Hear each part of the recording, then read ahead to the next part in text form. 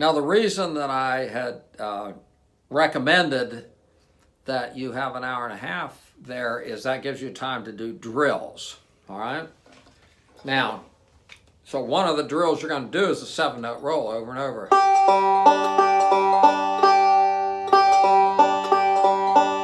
Now, we want to start that roll at about 25 beats a minute.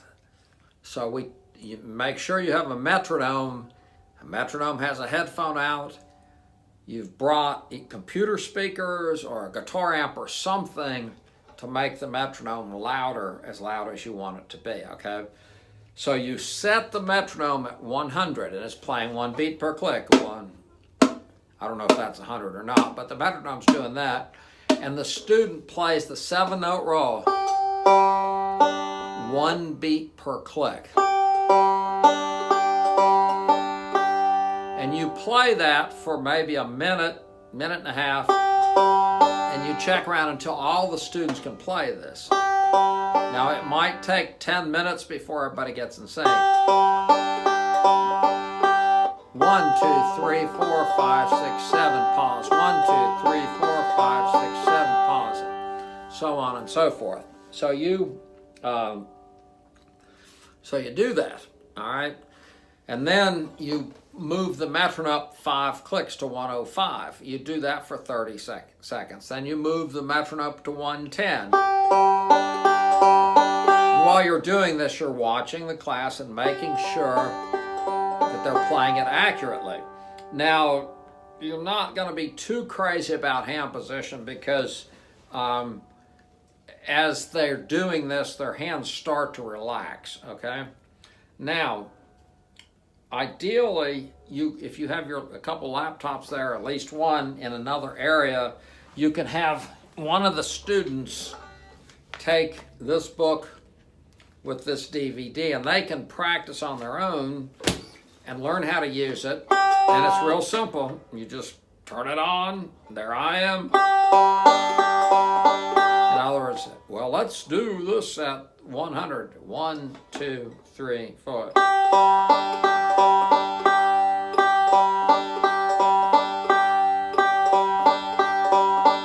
I'll do it for like 30 seconds. Okay, let's move up 5%. 1, 2, 3, 4.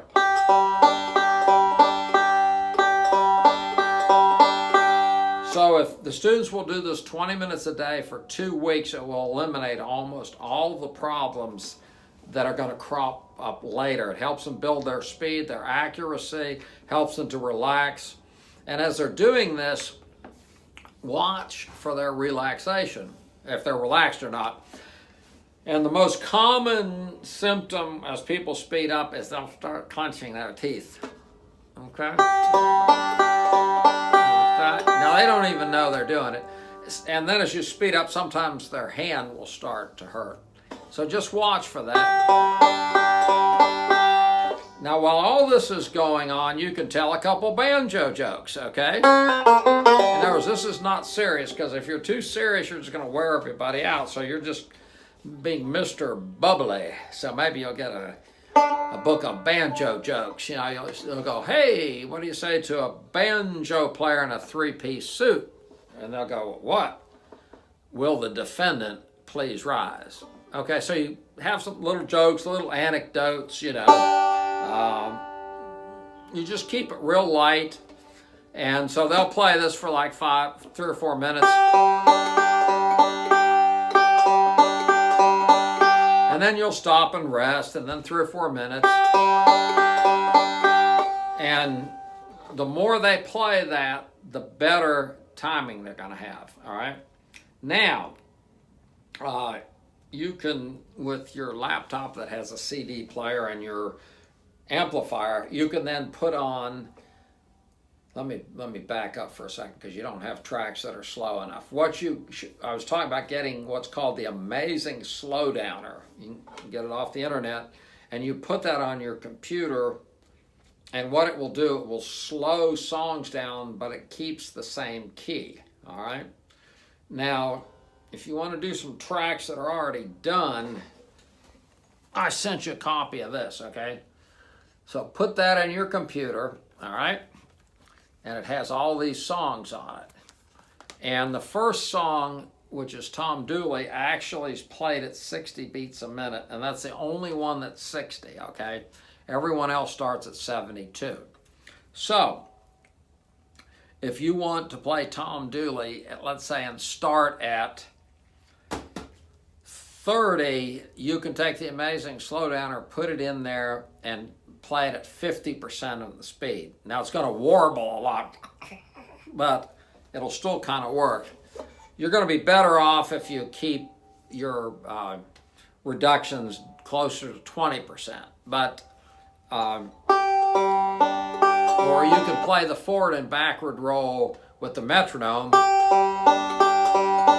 let's say until they can play it at 160. That's one note per click. You set it at 160, which is really 40, okay? So let me go through this. So you set the metronome at 160, and they're playing this 7-note roll. 1, 2, 3, 4, 5, 6, 7. 1, 2, 3, 4, 5, 6, 7. Okay. Then you say, well, let's play this along with Tom Dooley. So you put it in your computer at 60, and you cut it down by 33%, okay? And then you pick up your banjo, and you say 1, 2, 3, 4.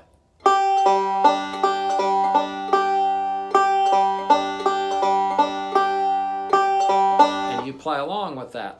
You will notice if you get a speaker that has some good bass on it, or if you can turn the bass way up on your computer, that you'll notice that the bass is very prevalent. That's boom, boom, boom, boom. That downbeat, that bass part is very critical to bluegrass. So if you can accentuate it, you'll start to program where they're going to hear that. So we're going.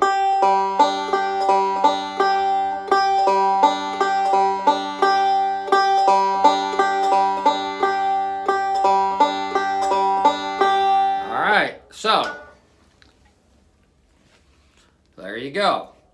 Okay, and so that's that. So we have now covered that roll, okay? I'm going to show you one other thing. It's called a muted chop. Now, if somebody's in a jam session and we're playing a song and it's too fast, the student cannot play the roll, what they can do is what's called a muted chop. In other words, they hold they press very lightly on the strings.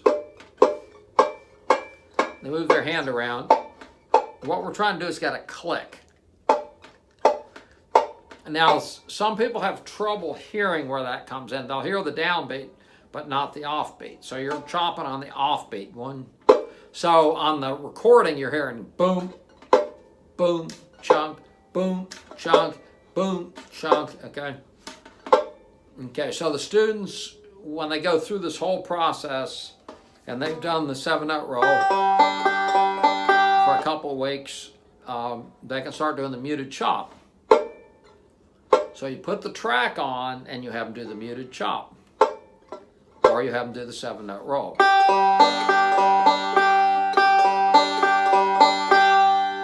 All right, so that gets their right hand going. All right, so I'm going to go to the next video, and I don't even know what I'm going to do.